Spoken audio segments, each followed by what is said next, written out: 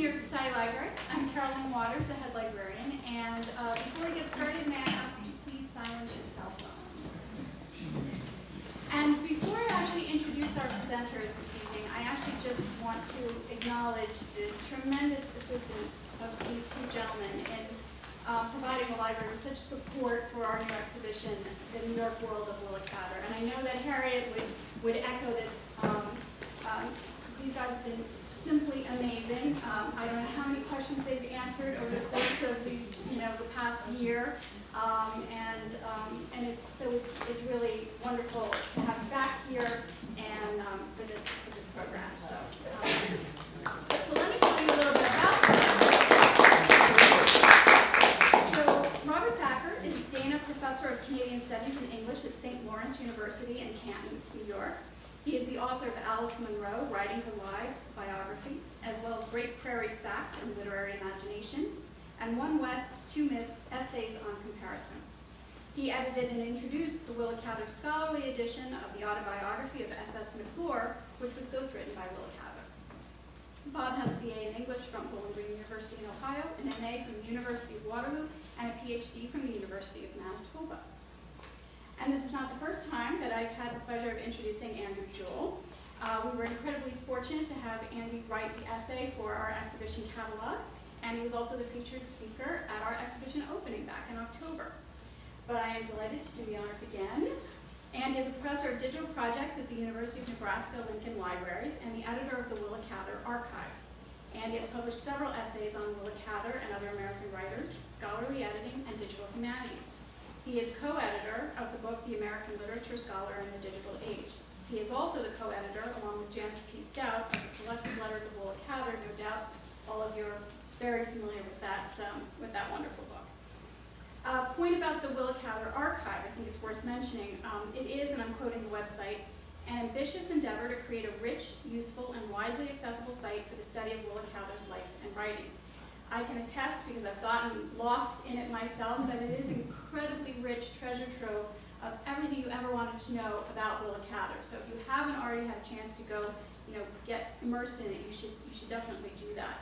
As of January 2018, the archive includes the first installment of the multi-year publication of the complete letters of Willa Cather.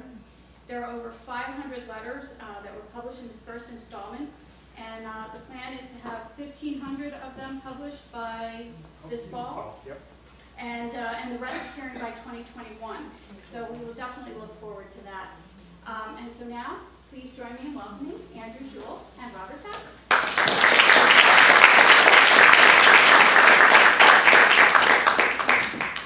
Thank you, Caroline.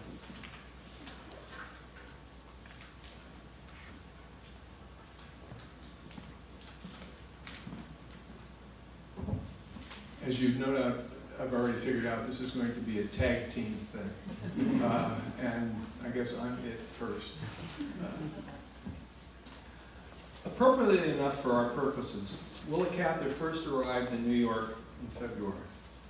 It was February 1898. She was 24, living in Pittsburgh, working at a newspaper, and doing drama criticism. She was making her way. She certainly knew then that whatever direction her career in life would take, that she was going to be Willa Cather. That's an idea we want to offer you immediately. This Willa Cather was a person with drive, ambition, and focus, along with a bit of trepidation. About 20 years later, she would make the same assertion about her character Eden Bower in Coming Aphrodite, arguably her best New York story. Bower is also a young woman starting out, and Cather writes of her that the one thing she knew, that she was going to be Eden Bower. She was like someone standing before a great show window full of beautiful and costly things, deciding which she will order. She understands they will not all be delivered immediately, but one by one, they will arrive at her door. Cather came to New York to see plays, and while she was here, she had lunch with Helena Modjeska, whom she judged to be one of the greatest actresses of the time. Coming Aphrodite captures just what Washington Square was like when Cather moved there to live in 1906. and in her 1926 novel, My Mortal Enemy, one of her sharpest critiques of being alive and being human. She recreates the Madison Square of 1898, when she first visited and lunched with Majeska, who appears in that novel. Its story is told by Nellie Birdseye, a 15-year-old from Illinois, who describes her own first winter arrival in New York, crossing on the ferry from the Jersey station, as people coming from the West End did. The description doubtless offers Cather's own anticipations, recollected from 1898. The boat was pulling out, and I was straining my eyes to catch through the fine, reluctant snow my first glimpse of the city we were approaching. We passed the Wilhelm de Gross, coming up the river under tug, her sides covered with ice after a stormy crossing, a flock of seagulls in her wake. The snow blurred everything a little, and the buildings on the battery all ran together, looked like an enormous fortress with 1,000 windows. From the mass, the dull gold of the world building emerged like a ruddy autumn moon at twilight. Nellie arrived here then, as Cather probably did, crossing the Hudson, first glimpsing the city lights through a fine, reluctant snow. E.B. White, in his Here is New York, argues that there are three types of New Yorkers, as I'm sure you know. People who are born here and stay, commuters who live elsewhere and work in the city. Third, Mrs. White, there is the New York of the person who was born somewhere else and came to New York in quest of something. That is, people like Willa Cather. Aptly, she is among those white names, saying that as he wrote his essay, he was about 34 blocks from the street Willa Cather lived in when she came to New York to write books about Nebraska. That's not quite right, but it'll do. That's the story we're going to tell you tonight. On May 1st, 1903, Willa Cather came to New York to meet S.S. McClure. She was living in Pittsburgh and teaching high school, but trying to become a writer. Her first book had just come out, a little book of poetry called April Twilights that she published with Richard Badger for a fee. She also had a manuscript for a collection of short stories. She had submitted some of the stories to McClure's magazine in the past, but they were rejected and returned. But she had sent them again that spring on the advice of an old friend in Lincoln, Nebraska, and this time she got S.S. McClure's attention. That old friend, Will Jones, was the editor of the Nebraska State Journal, and he aggressively promoted Cather to newspaper syndicate man Henry McClure, cousin of the magazine editor. The cousins talked, and now here was Willa Cather in New York, listening to S.S. McClure hold forth at his office on East 25th Street, hearing that he will publish the book manuscript, that he'll publish the stories in his magazine, and that he will take anything she writes in the future. Learning that his magazine had rejected her stories in the past, McClure called two manuscript readers into his office and asked them to explain their behavior right in front of Cather. Cather told her friend Jones, quote, "Surely I sat and held my chin high and thought my hour had struck.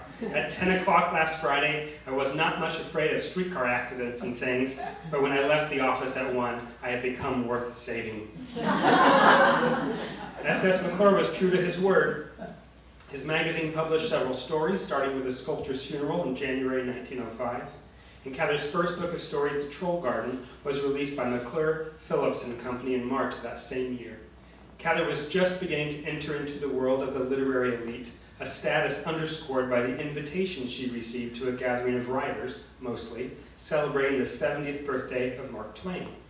On December 5th, 1905, Cather joined a group of 170 people at Delmonico's for the occasion, including luminaries William Dean Howells, Mary E. Wilkins Freeman, Andrew Carnegie, Francis Hodgson Burnett, Charles Chestnut, Emily Post, and Owen Wister.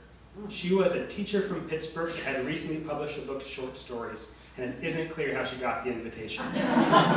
Perhaps McClure encouraged it, or perhaps the connection was to her friend Dorothy Canfield, another guest at the party, who would emerge as an important writer, but who in 1905 had published little. The New York Times suggested that the authors present at the occasion were selected to represent all regions of the country, and that many were women. Perhaps a woman who had published stories set in Nebraska helped with the goal of geographic distribution. She remembered years later that she had gotten an invitation because someone told the host of the party that she had a future, and that, quote, a kind Pittsburgh woman took my classes at the high school for 4 days to enable me to come to New York for the party, and she loaned me $50 to have a good dressmaker make the dress in which I appear. I had money in the bank, but I wouldn't use it for anything so frivolous. Cather forged no known lasting relationships at the well-publicized gathering, but she did, like all of the guests, get a foot-high plaster bust of Twain to commemorate the occasion.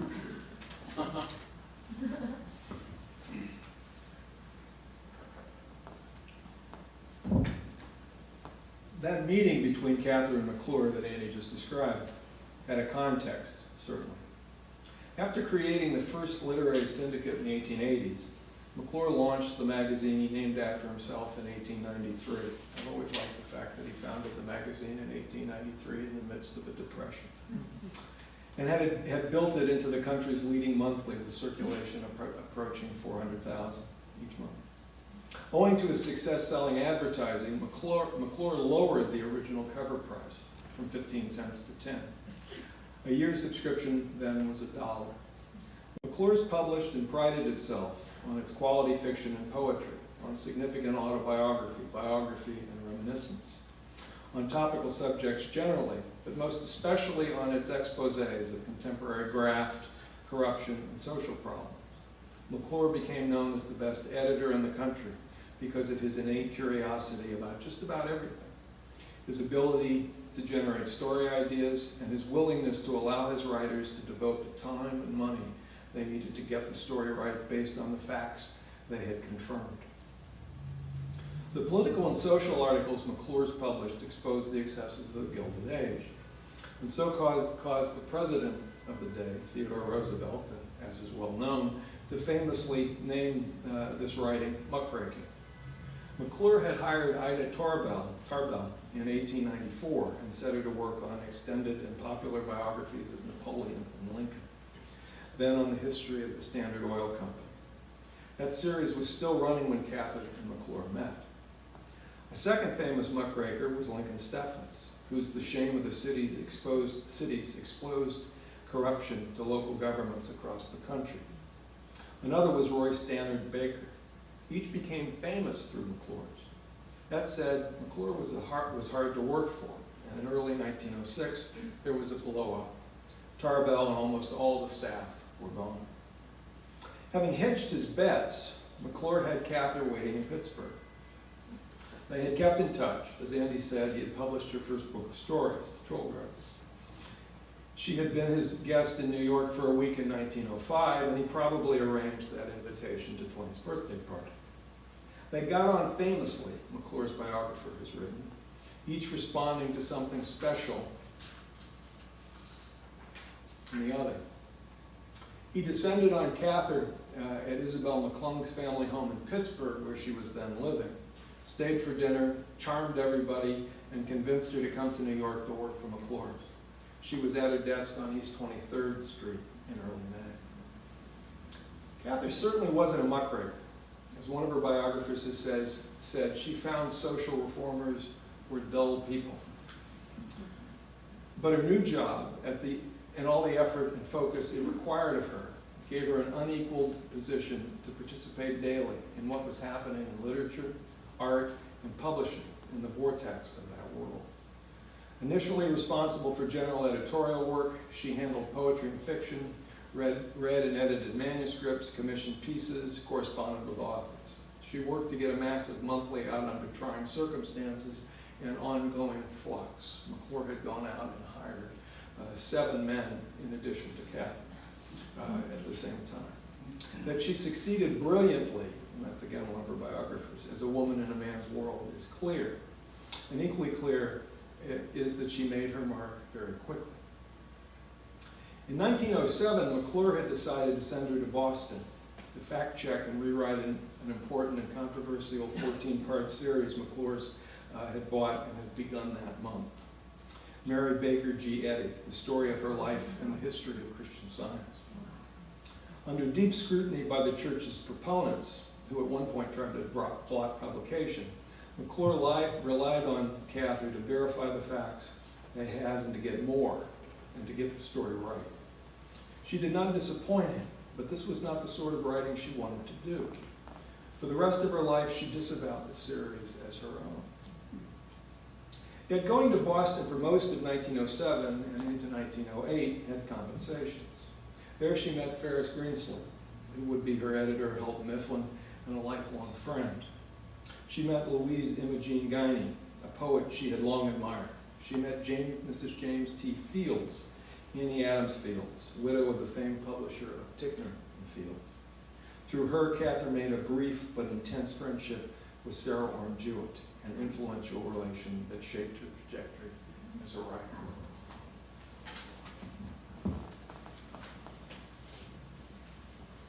Willa Cather met Edith Lewis in Lincoln, Nebraska in 1903. Cather was in Nebraska on summer vacation from her teaching job at Allegheny High School in Pittsburgh, and Lewis, having recently graduated from Smith College, was in her hometown trying to figure out her next steps. Those steps included moving to New York and trying to find a job there. Any kind of job, Lewis remembered.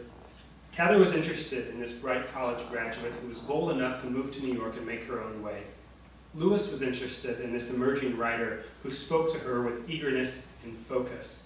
Quote, "It was impossible for Cather to make a perfunctory approach to anyone," Lewis wrote. "She wanted at once to get beneath the surface, to find out what they were really like." That meeting in the summer of 1903 created a connection that lasted until Cather's death in 1947, and the relationship was formed, at least in its beginning, through New York. In the few years before Cather moved to the city, she visited Lewis several times and stayed with her in her apartment on the south side of Washington Square. When she moved in 1906 to take a job at McClure's, she selected an apartment in the same building as Lewis. For the first few years of her job with McClure, Cather was often in Boston, working on the series on Mary Baker Eddy and the Christian Science Church that was published in the magazine in 1907 and 08, as Bob said. And then she traveled to Italy for a few months in the summer of 1908. When she came back to New York in August, ready to settle back in at McClure's, she was also ready to find a new place to live.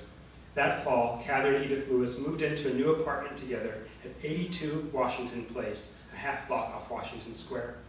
She wrote her friend and mentor Sarah Orne Jewett about the new apartment, noting that she and Lewis were not living, quote, dreamy, idle lives, but were industriously taking care of themselves, cooking their own food for most meals, and only having, quote, a maid come in to clean 2 days a week.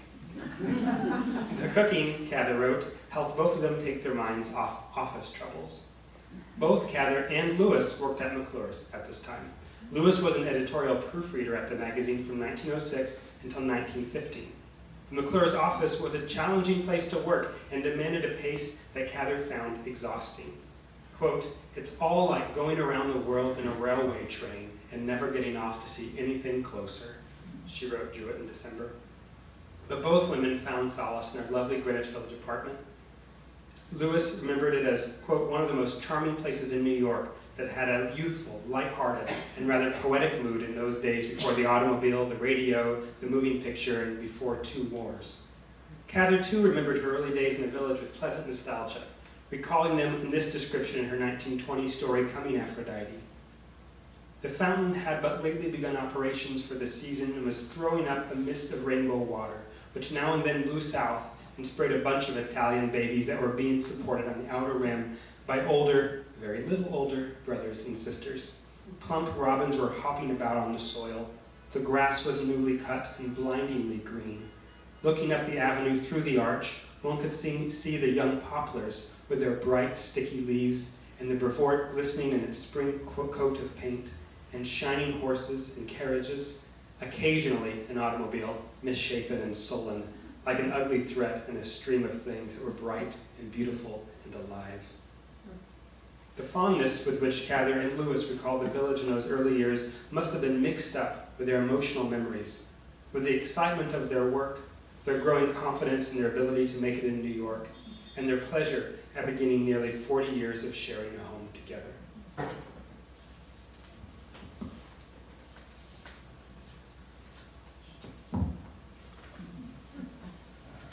When Cather first went to Boston to begin work on the Eddie series, she wrote to McClure saying that she had brought his good letter along with her to give me courage. I have read it over many times since I have been here, she continued, and take great comfort in it. It does me so much to feel, it does help me so much to feel that you trust me and feel such interest in the work I am trying to do. Though intent, ambitious, and capable, Cather was not without doubt, as I said. And S.S. McClure responded at this time by encouraging her significantly. Years later, she still referred to him as her chief, and she always acknowledged that he had done more favors for her than she could count. He promised her, as Andy just said, he promised her 6 months in Europe on the company once the series was done. She got only 4. And traveling to Italy with McClure, but 4 is 4. But she came back to be managing editor of McClure's, right? And she was more successful in that job than any of its former incumbents had been. And given what I told you about McClure, he went through quite a few. Cather managed the material in McClure, but did so at some personal cost. Her time as managing editor, which was 1908 to 1911, was characterized by overwork, near exhaustion, and very little writing of her own to show for it. Some have seen McClure intent on keeping Cather focused on the magazine, telling her that she would not amount to much as a writer, that she was an excellent magazine executive, and she should just leave it at that. The known facts bear this out, certainly they said that. But the relationship between the two, I think, is much more complicated. One act in particular seems to embody that complication. When in 1912, just when Cather was herself pulling away from the daily office work at McClure's, she stepped up to help her chief. McClure had been unhorsed, and that's his word, pushed out of his magazine because of the mass debts he had accumulated. Despite all appearances, McClure did not make a profit after 1906. So Cather agrees, as Caroline said, to write McClure's autobiography. I just love that. She wrote his autobiography. It was first a popular series in McClure's, where it gave the impression that he was still very much in control, and then a book in 1914. Ironically, given Cather's authorship, and it was well known that she had done so, it was titled My Autobiography. The fee McClure was owed for the magazine series went to his debt. He got to keep the book royalties, and as Cather well knew, he needed the money. This is my greatest New York moment in Cather's life. It happened here during the winter of 1912-13. By then she had published her first novel, Alexander's Bridge.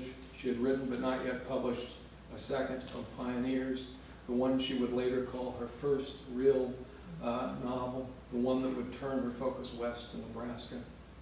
Cather had just moved into the apartment she shared in 1927 with Edith Lewis on Bank Street, just off Greenwich Avenue in the West Village, the very best place for her writing while they lived in New York.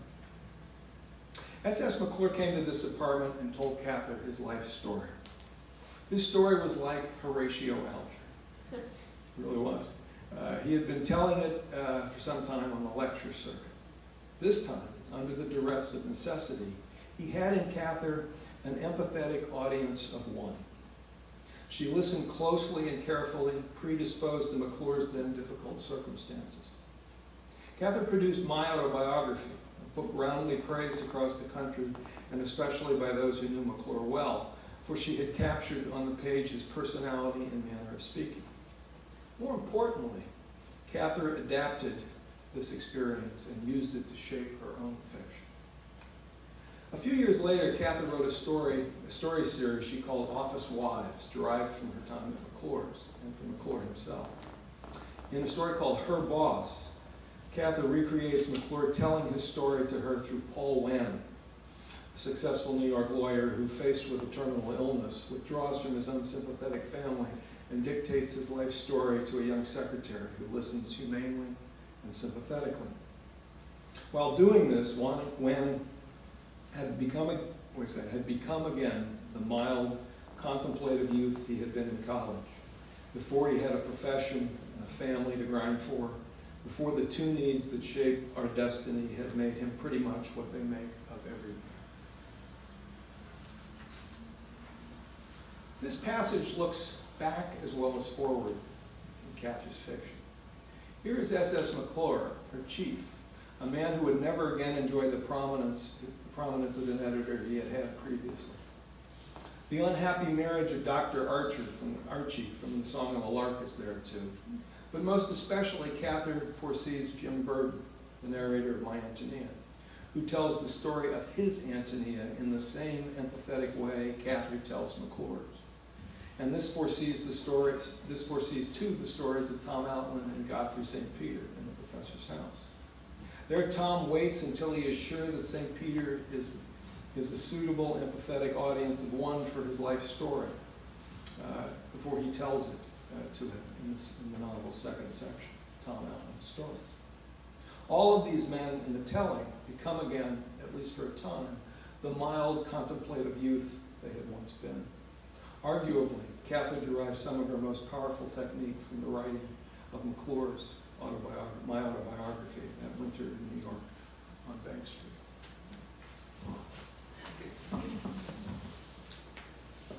Willa Cather's life changed dramatically in 1912. The changes were in some ways visible in the moment, felt in real time, but the significance of that year is really only discernible in retrospect.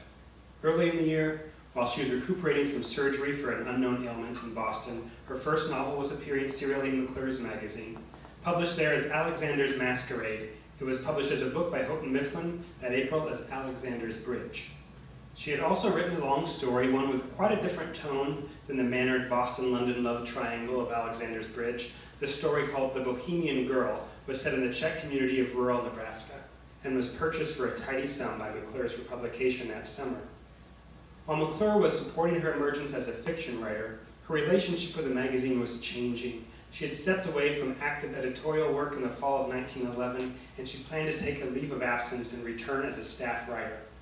After wintering in Boston and Pittsburgh, she went west in April, visiting her brother Douglas in Winslow, Arizona. She spent several weeks in Arizona, exploring the desert, the canyons, the cliff dwellings, rambling at a different pace in a vastly different environment. The time in the West affected her deeply. Quote, "I have not written a line since I left New York," she wrote S.S. McClure in June, "but I have such a head full of stories that I dream about them at night." She felt renewed and refreshed. Quote, "I've never been so happy since I was a youngster as I have been this summer, back in my own country with my own people. I feel as if my mind had been freshly washed and ironed and were ready for a new life. I feel somehow confident." That confidence, seeded by success with her writing early in the year and nurtured by a spring and summer in the West, would prove crucial. She returned east that fall, spending a lot of time at the home of Isabel McClung and her family in Pittsburgh, a place she loved to go to write. She was working on a story she called The White Mulberry Tree, set in Nebraska among Bohemians. By September, though, she realized that she had the makings of something else, and she combined this new story with an unfinished manuscript she had worked on months earlier. These fragments came together to make the novel O Pioneers, a book whose tone, ambition, and characters so eclipsed Alexander's Bridge that years later, as Bob referenced already, Cather would call it her second first novel.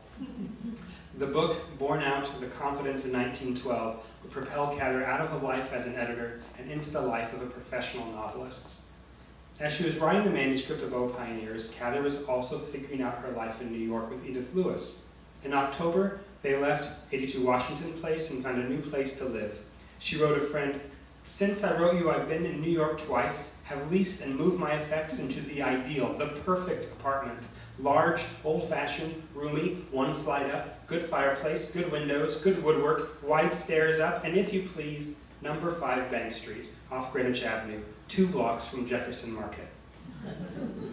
A few months later, after getting settled, Cather wrote her aunt, "At last I have an apartment that is roomy, quiet, and suits me perfectly."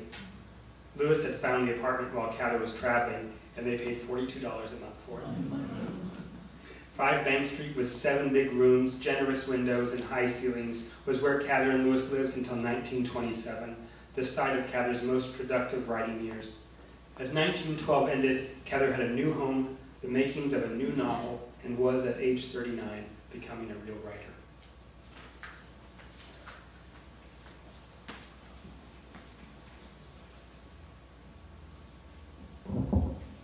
After she finished writing McClure's autobiography, Cather published O Pioneers, as I've said, and was at work on The Song of the Lark, her most autobiographical novel.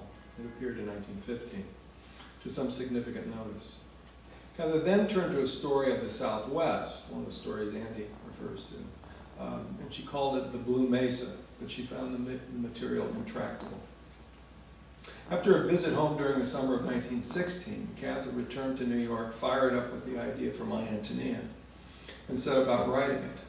One of the ironies of that retrospective novel, the book Cather knew was her greatest contribution to American literature, one that has never been out of print since it was published in the fall of 1918, is that it came together in the midst of the Great War.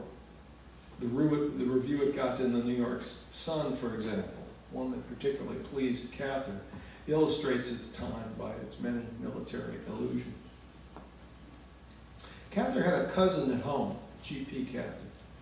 He was a person whose life had been one failure after another until he found his way into the American Expeditionary Force as a lieutenant from the cornfields of Nebraska, going to France to fight for an ideal. Cited for bravery, he was killed in action at the Battle of Castigny in May of 1918. Cather had not been close to G.P., although during a visit home during the harvest in 1914, she spent time with him and had come to understand him, his difficulties and their own differences as kin.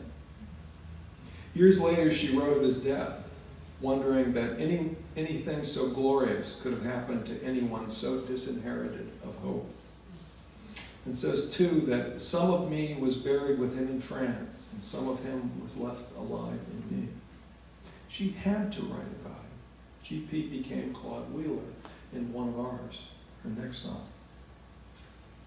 As soon as the soldiers came back from France, while My Antonia was still being reviewed, Cather was seeing them in New York and writing about them, saying that they are so jolly and modest and amused at everything, just all that one could want them to be.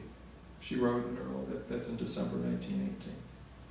A funny little Marine is coming here for dinner tomorrow night, who never wears his croix de guerre, except indoors because people look at him so. Beyond soldiers at dinner, Cather visited the wounded.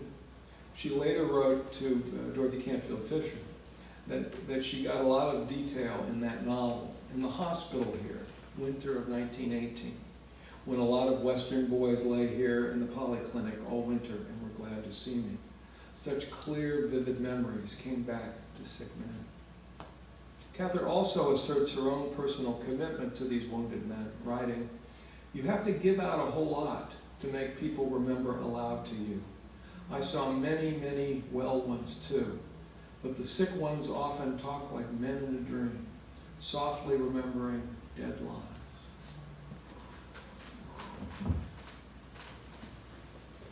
Alfred A. Knopf started his eponymous publishing firm in 1915.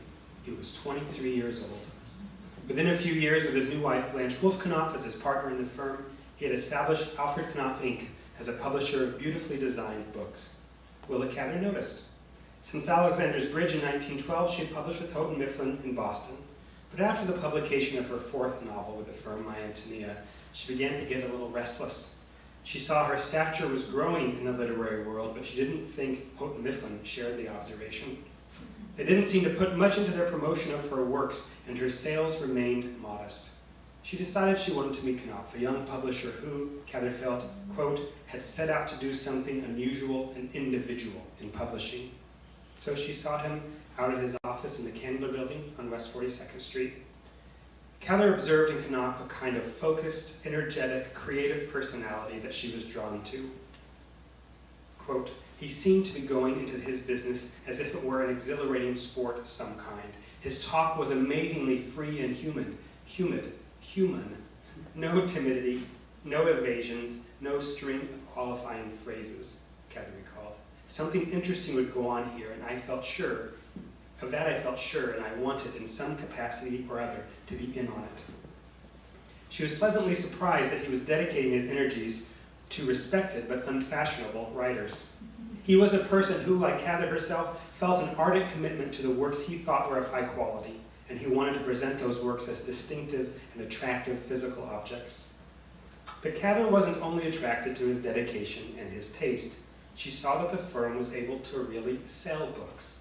They advertised not only individual titles, but the writers too. Using reprinted reviews and other strategies, Knopf raised the public stature of their writers, creating a reputation that would serve future books as well as current ones.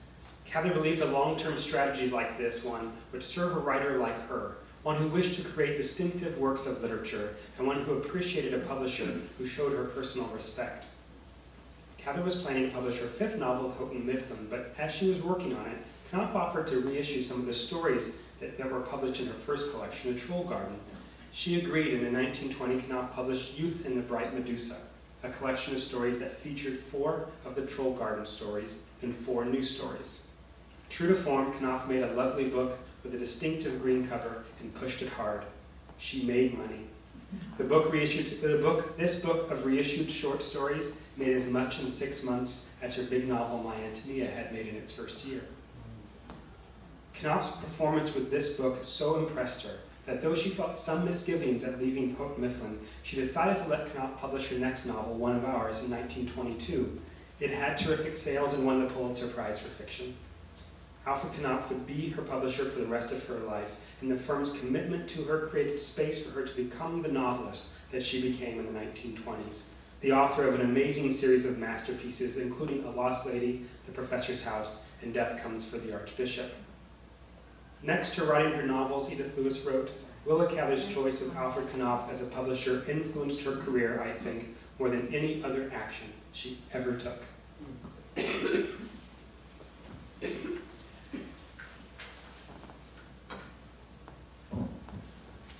What so pleased Cather in the review of My Antonia that I mentioned earlier was this quotation.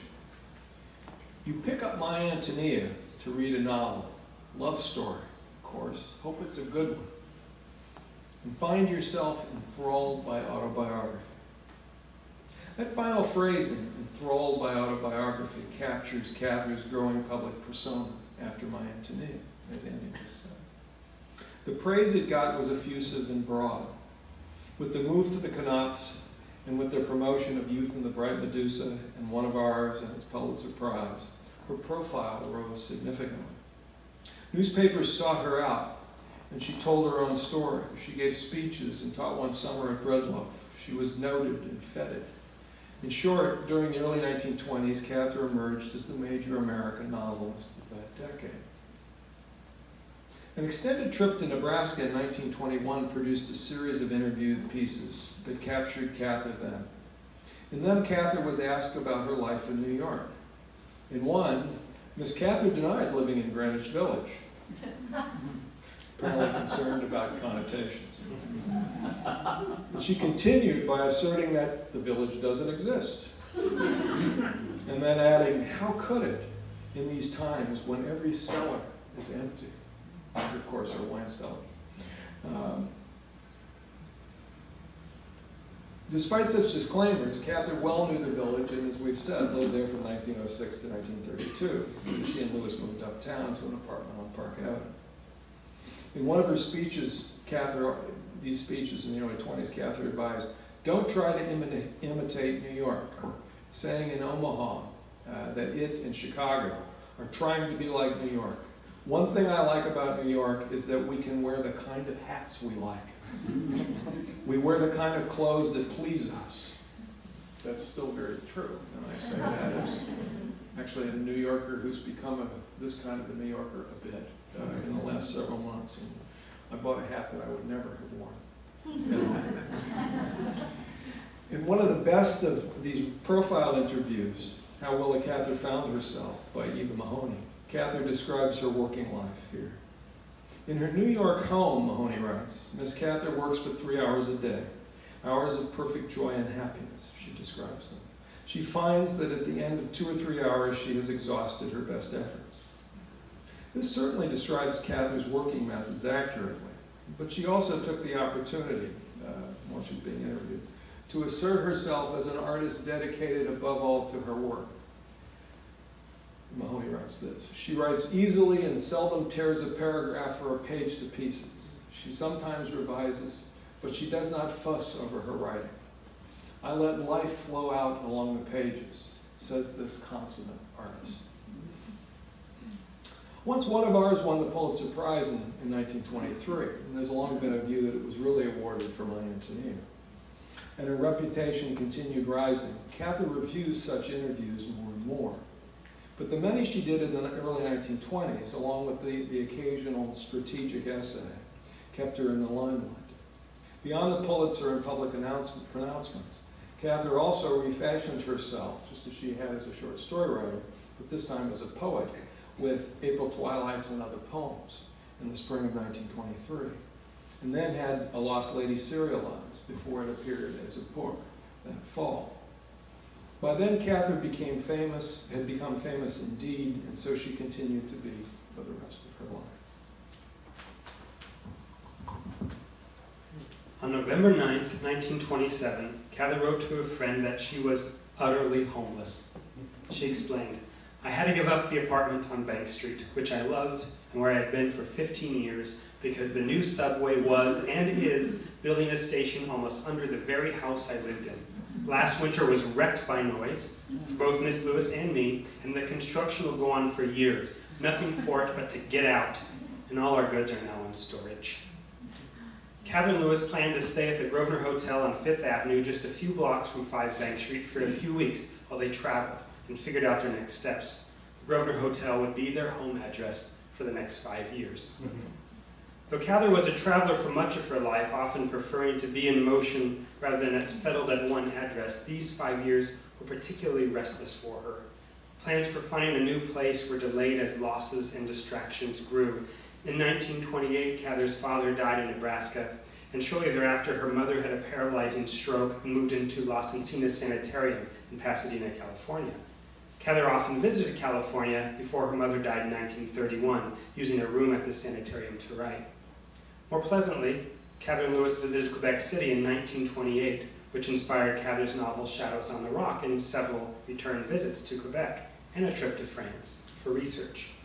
While working on the historical novel during a spell in New York at the Grosvenor, imaginatively living in the 17th century French colony, Cather hung a full-size replica of the Lady and the Unicorn tapestries at the foot of her bed, providing an alternative to the empty hotel walls.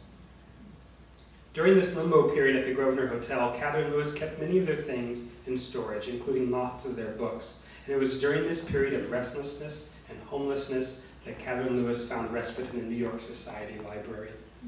Then at its location at 67 University Place around the corner from the hotel, the Society Library gave Cather and Lewis access to books for pleasure and for research.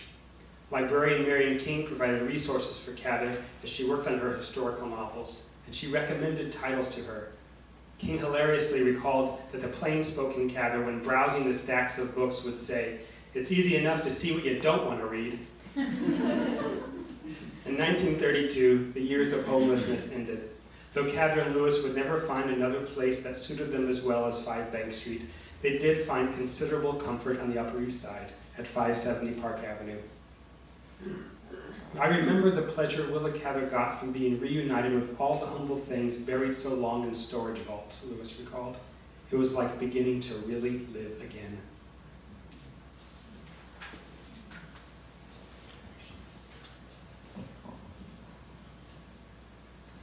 One of the things I've learned during my own brief association with the New York Society Library is that Cather and Lewis's apartment at 570 Park Avenue was 7D.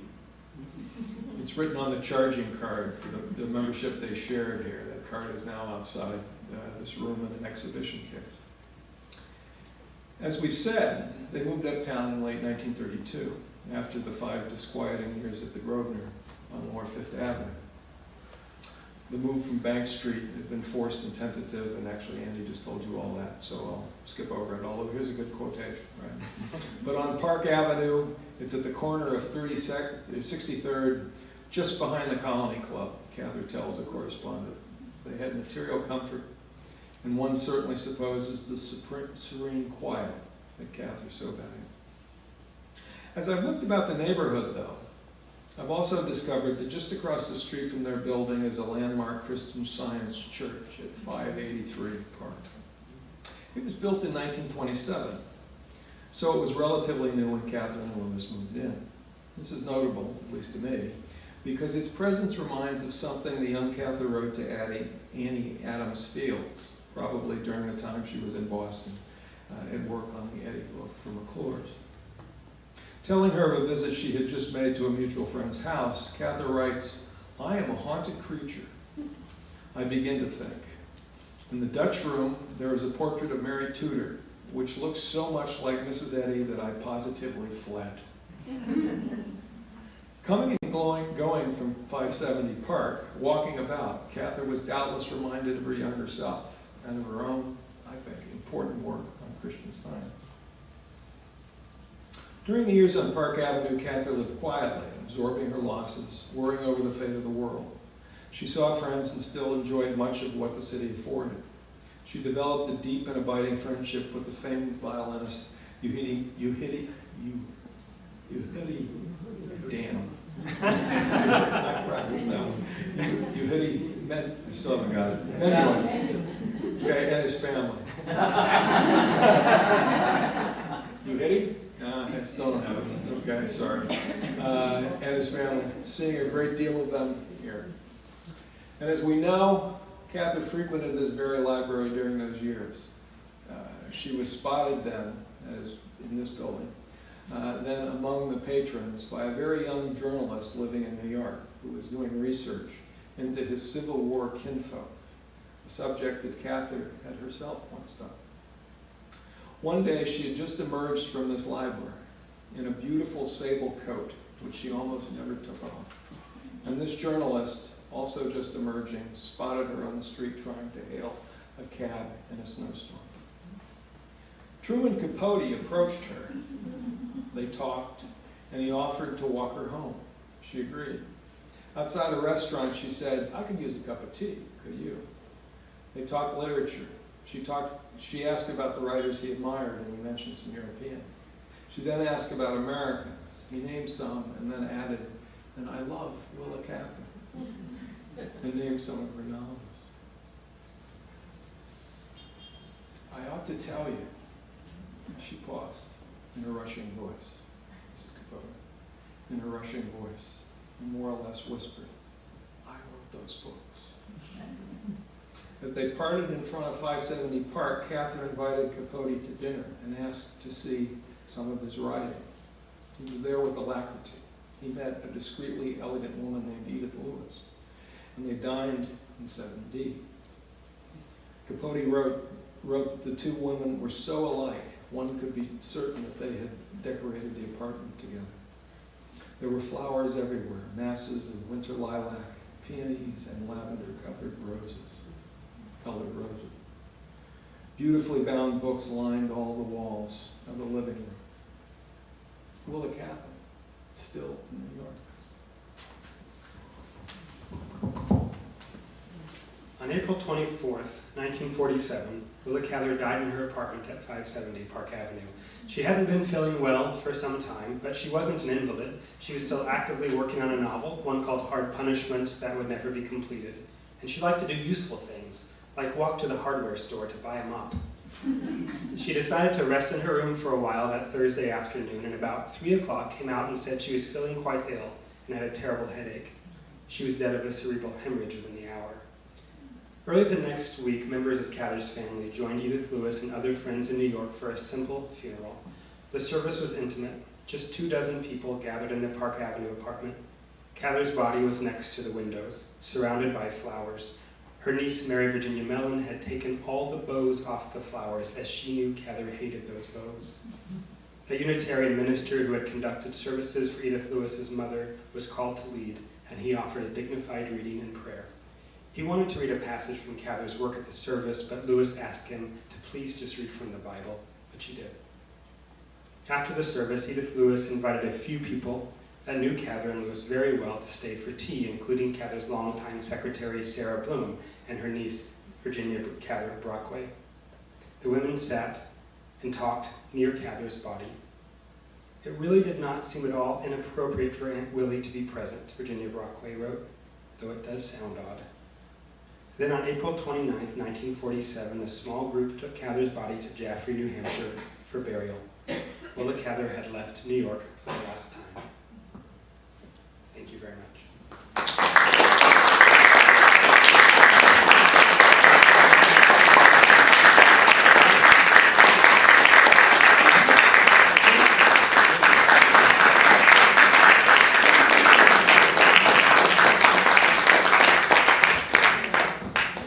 We have some time if anyone would like to ask any questions. We'd be happy to talk with you.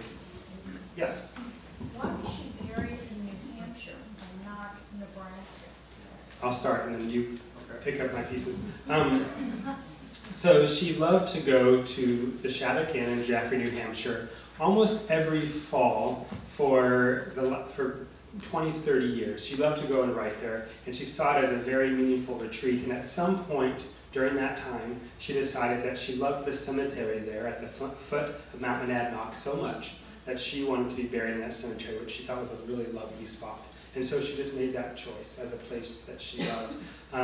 There were other members of her family. A brother who was also not buried in Nebraska, right? Isn't Douglas out in California?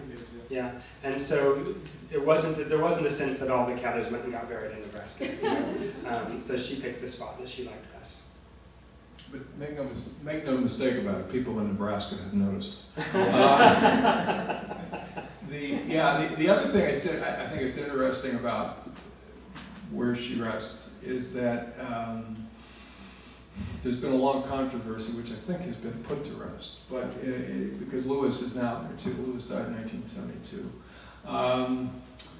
But the interesting thing to me is not so much that the two of them are buried together, but the fact that they, along with, I believe, a couple of people from the family that ran the inn where she stayed, the Shattuck Inn, are the only modern burials in that particular graveyard. That graveyard is essentially a colonial graveyard. And so, it's a singular, and she has her view of Monadnock. You can look off and see it. This picture right here I believe that's Mount Monadnock behind her in this picture. It's hard to tell for sure, but when I looked from the spot near where the Shattuck Inn was, it no longer exists, that line of mountain was visible there. And so we believe that's where the picture was taken. Yeah. And there's another element in this too, and that is I like to tell students when I'm teaching Cather, talking about Cather in New York, is that I always say, well, it's before air conditioning. And so one of the things you saw was that she went to the Shattuck Inn, but usually she went to the Shattuck Inn after she and Lewis had been at their place on Grand Manan, which they started in New Brunswick, which they started going to in the early 1920s. And so in some ways, there's a certain logic to it that she would spend the fall in New England, and then once winter started settling in, that's when she would come back to New York. I said a comment. Cather also didn't ever go back to Red Cloud after 1931, I think. Yes. And she also just hated the fact that this town was changing, and she wanted it to be the way she remembered it in her childhood. So, and she didn't have any family left in town either. Her sister was in Lincoln, but that was it. So she basically didn't come back for the last 16 years. That's right. As soon as it was right after her mother died. Her mother died in California, but then she was buried in Red Cloud. And after that, Cather never came back to Red Cloud again. Though she talked about it sometimes. There were some efforts to get her there, but she said she was too heartbreaking for her to go back. Yes? I wonder if her early experience in Pittsburgh when she attended the funeral of the painter, Reinhardt. Oh yes, the sculpture that she uses in the sculptor's funeral. Yeah. Right, and that, it's so poignant, that sense of a great artist, in her mind, a great artist. She ports him as a boy from Nebraska, going back to a small town just like Red Cloud, and nobody really values him. Yeah, I definitely believe in the last decade of her life especially, she was, did not have faith that the future would share her values and would value who she was. And I think she had a distorted vision in those last 10 years of her life. I mean, the fact that we're sitting here right now shows us she was wrong. She was quite, she saw more skepticism out there in Red Cloud than she saw welcome, I think, or around in certain places. She feared that anyway. Yes? I have a literary question. I recently read My Antonia after an absence of 30 years or something, and had not remembered that it was a story within a story within a story. And I wondered, was she simply adapting a kind of 19th century frame, or was there a reason why you have a woman telling a story that a man is told to her that is in a manuscript that is about a woman? Is there some explanation for that? I mean, that's largely the point that I was getting at when I was talking about the writing of my autobiography and then the writing of my Antonia. Notice, of course, it's the same letters. I don't want to go too much into the detail, but the interesting thing about that is, just as you say, she begins a frame narration. There's this introduction where a person is writing who sounds rather like Cather, describes Jim Burden, right? Says that the two of them are making a pact, because they're talking about my Antonia on a train. They made a pact to write down what they remembered about her, okay?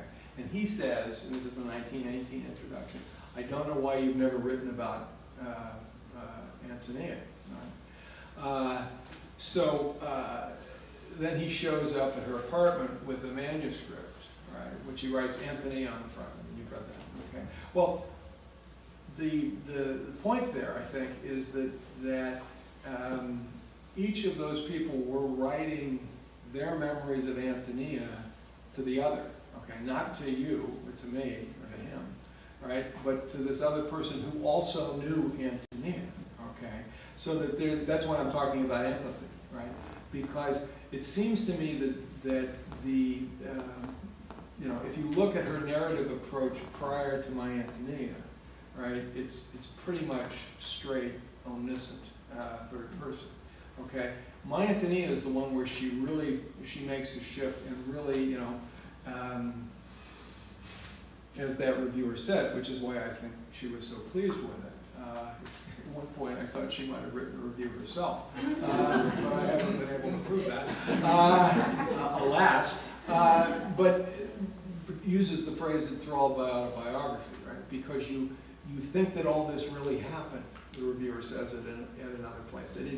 It isn't like reading a novel where you know that this is a conventional form that the writer is just following, okay? That she's really shaking it out, okay? And it seems to me that that's what she does, and I think the reason that she does that is because she got this experience with McClure, and I'm one Cather scholar who probably thinks it's more important than other ones do, but he's wrong. I'm not going to argue. Sorry, you No, it's okay. Can I go again? Yeah, I'm done. I was going to throw in a couple other details that I think you can take them or leave them. This, as Bob said, was her first novel to be written in the first person, and she made a decision to write it from a first-person male perspective.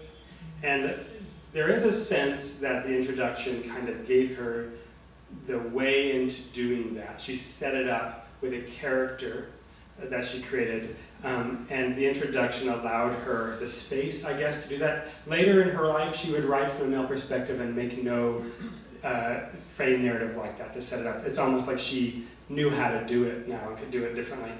She also said in the letter that it was important that the reader know that Jim Burden had a rather disappointing life later on.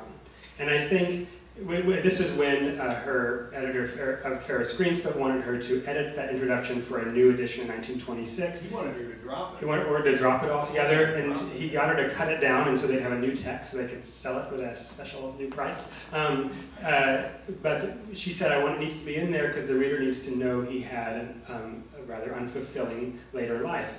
And I think what she's alluring us to there is the perspective the whole novel is in is a highly personal one. with a personal story, and that was part of her creation, was creating that perspective and that character. And so she set up this mechanism to do that.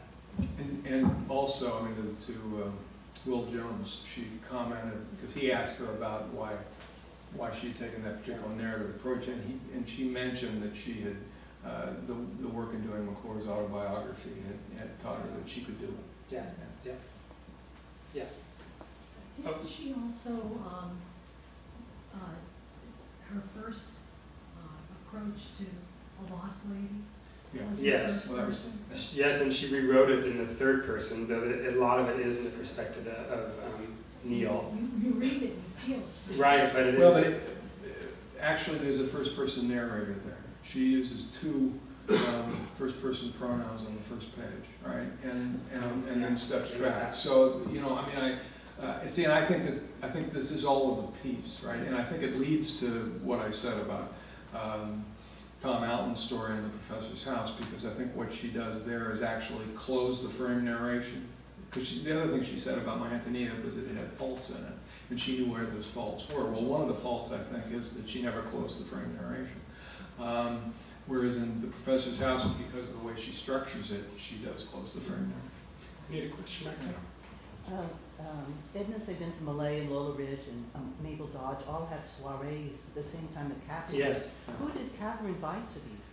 Okay, so, well, there's a lot of things there. She knew Mabel Dodge Lewin, when she was Mabel Dodge Lewin, for sure, and was friends with her. We know they connected in the Southwest, but they very well may have connected in New York. This just hasn't been proven, but the first letter to Mabel is very familiar. Like, I've known you for a while. It's not like, let me introduce myself. So the Cather did have Friday teas at her place at 5 Bank Street, and there was a wide range of people invited to those. A lot of other writers would come. A few names that come to mind are Pitt Sanborn, who was a music critic in town.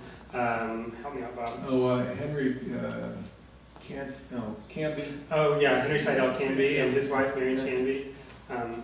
But also just people she met who were friends with her. Yeah, the Knopfs would come. I think Lorna Birtwell was one who was a young woman that she met while she was teaching the Breadloaf School in 1922, and who then did some writing herself, but also Cather became friendly with, and she would come to the teas as well. So it was a pretty, Cather was not like Mabel Dodge in wanting to organize a bunch of famous people to interact in ways that would spark things. She was more like, we're buddies, let's come on over, hang out. You know, that's my sense of it anyway. But yet at the same time, one of the things that I was talking to somebody in Nebraska about, I don't think it was you. Keep going. The thing is she paid close attention to what was going on. I mean, she knew what Gertrude Stein was doing in Paris, and she knew who was hanging out there, and so she really did pay attention. I mean, she had her own circle, but she also was very, very well informed, and not in a I think in genuine interest. I don't think for any particular reason. Yes, question over there. I thought I'd just share with you the legacy of 82 Washington Place. Oh, good. Richard Wright lived there. Yeah. William Stein lived there. Susan Sontag lived there. Linda Lavin lived there. And Phoebe Snow got evicted from there. It's a good address. Yes. I have two questions. First, if you could talk a little bit about what you mean by closing the narrative and not closing the narrative, number one. And the other, I finished Memorial Enemy a couple of weeks ago. I don't think I've ever read a grimmer, darker, more. Isn't it great? That's not an opinion I can share. But I was wondering, is this a recurrent? Is there a reason in her life for this relentless bitterness and a relationship that's so awful? It's just unrelentingly. It is. Now, one thing about in her life, it's interesting to note that it came out in 1926, My Mortal Enemy. It's a short book, and real meditation on dark themes, certainly. The book before it was The Professor's House, arguably also quite dark in its view, but the book that followed it was Death Comes to the Archbishop. And that, I think, arguably has a very kind of different worldview in it, one that has much more joy in it, I think. And it's so what's operating in her mind, I don't subscribe to the reading that some biographers have done, that she was herself going through a kind of psychological crisis. I think instead she was interested in some of those themes as literary themes and had known other people who influenced her to write about these very dark and one of these straight scene kind of topics that she wrote about in Professor's House and My Mortal Enemy. What I meant by that is that she opens My Antonia with an introduction written by this person who's not identified that sounds like a writer, okay? Well, that person never comes back, okay? Right. Whereas in The Professor's House, where I think she actually closes it, is that what she does is she sets Godfrey St. Peter's story on either side of Tom Outland's story, which is told in the first person. And she also makes it clear that the story that Tom Outland is telling, he tells to Godfrey St. Peter one night when the two of them are alone and St. Peter's family is away. The comment I'd make on My Mortal Enemy is that, I think Andy's absolutely right about dark themes. And actually, if I could pause for a moment and offer a Andy Jewell commercial. I just recently read an article of Andy's biography where he's looking at Cather in the 1930s and 40s, a period when it's been very common to say that she was depressed. And while certainly you can talk about how she felt about the state of the world at the time, you make a very compelling case that it, as I said, much more complicated than just that. If you remember well, I'm sure you do, the Henshaws, they had this kind of fairy tale meeting and marriage, and she ran away with him, and it was true love, and someday my prince will come, and all that stuff. And then, of course, it becomes a marriage just like anybody else's, okay? A little worse than some. Yeah, I know. Okay, well, and again, I understand that I'm the McClure guy, but the thing is, that's exactly what happened to S.S. McClure and his wife, Hattie.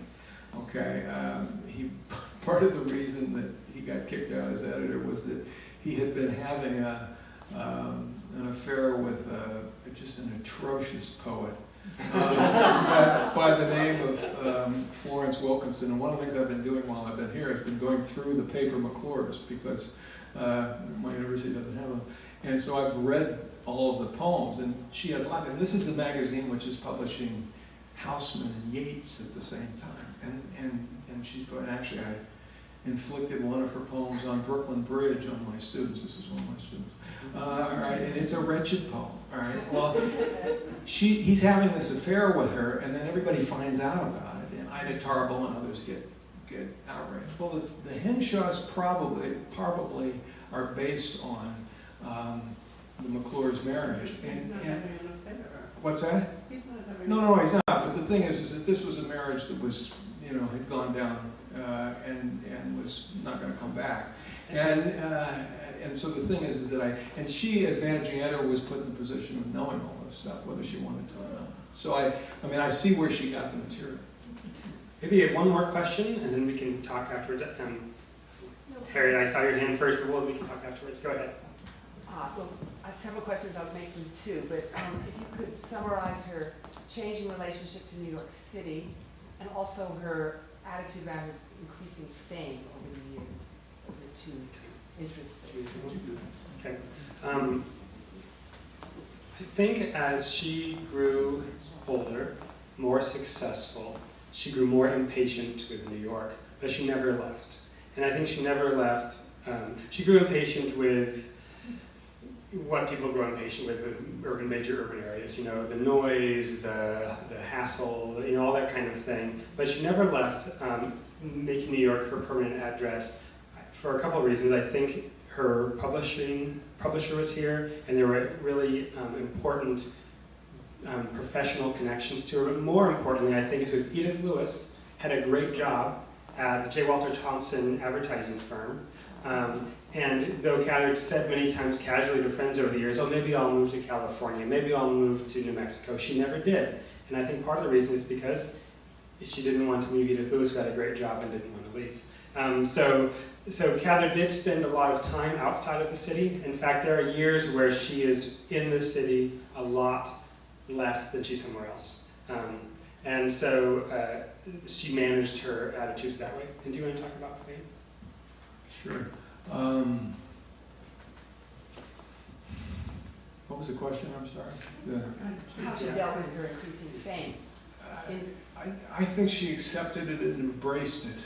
Even though she was Yeah, I mean, one of the. It depends on when it was. Yeah, I mean, I love her work. I'm serious about her work. I long have been, but I'm a Cather skeptic. Okay, I'm working right now on the scholarly edition of her poems, and this is how I got into McClure. I'm basically working on Cather after she leaves Nebraska until about 1918. Okay, because it seems to me that that's when the real interesting stuff happened. Okay. Some of you may know her essay, My First Novels. There were two, right? We just alluded to that. Okay, this was published in 1931 in a very fine publication called The Colophon, and in which they asked a whole series of writers to talk about the first time they got into print. So the theme was getting it into print. And almost no one, including Cather, actually answered that question. Okay, that is, they wrote about whatever they chose to write about, but not when they first published. Anyway, in that essay, she talks about those first two novels and how she, embarked on the road that made her Willa Cather, in a way which I've always said is rather like the ascension to heaven. Okay, right? Of course, I'm Willa Cather, and I think that and part of that, and we have here one of the co-editors of the Letters volume, right? Who I mean, we could, if you wanted to, we could talk about the letters. But the thing is that I want to. but the thing is that I mean, she put a codicil in her will, and she didn't want people to publish them, and made various other things. And fair enough that she wanted people to read her work. Okay, and that again, I think that's fair enough. But what she's also doing by that essay is offering her version of how she became the writer she became. That is, how she got to fame. And for a long time, those of us on this side of the podium just kind of accepted that. And when you look at it and actually scrutinize it, as I say, the story is a whole lot more interesting because it's part of the story that we told you here tonight. I was under the impression that the letters showed that she became increasingly embittered about fame and about being... There is a part of her life, and it is the most famous part of her life in many ways, like the last decade or so, 15 years, where she has a lot of statements to her publisher and others about wanting to be left alone a little bit, or not wanting to do lectures, etc. It depends on where you look at her, at different parts of her life, because I agree with Bob, she definitely embraced her fame, sought it, strategized to get it. Once she had it, she didn't want to just relish it, she didn't want more fame. What I really think she wanted the respectability of being a major artist. She wanted also to be able to support herself professionally doing the kind of work she wanted to do. Once she got those two things, she didn't need more. She didn't want to be more famous, more rich. She was sort of done and wanted to keep doing her work and have the space to do so and be left alone. And I think that's what success meant to her late in her life, was to be able to, as she did many times throughout her life, choose to live the way she wanted to live, right? So I think that those choices, though, especially as an established writer, depended on her already being famous. So it's not as if she hated the fame. The fame gave her the ability to not say yes to everything, if that makes sense. So so that when she walked into the New York Society Library the first time in 1928 and said to Marianne King, "My name is Cather and I'm by way of being a writer," she knew perfectly well that somebody like King would see the gap between what she said and what the reality was, Right. because she well, certainly was that person. And in the story about Truman Capote, there's another one where she is enjoying this young writer's admiration of her, and can't resist saying, "Well, that's me," And of course, it's very human. Sure. And that piece was published in republished, I think, in Vanity Fair in 2006. It's very easy to Google. Right? Yeah, but it's a great piece. Yeah. Well, you've been very kind, and we'll stay around. Thank you.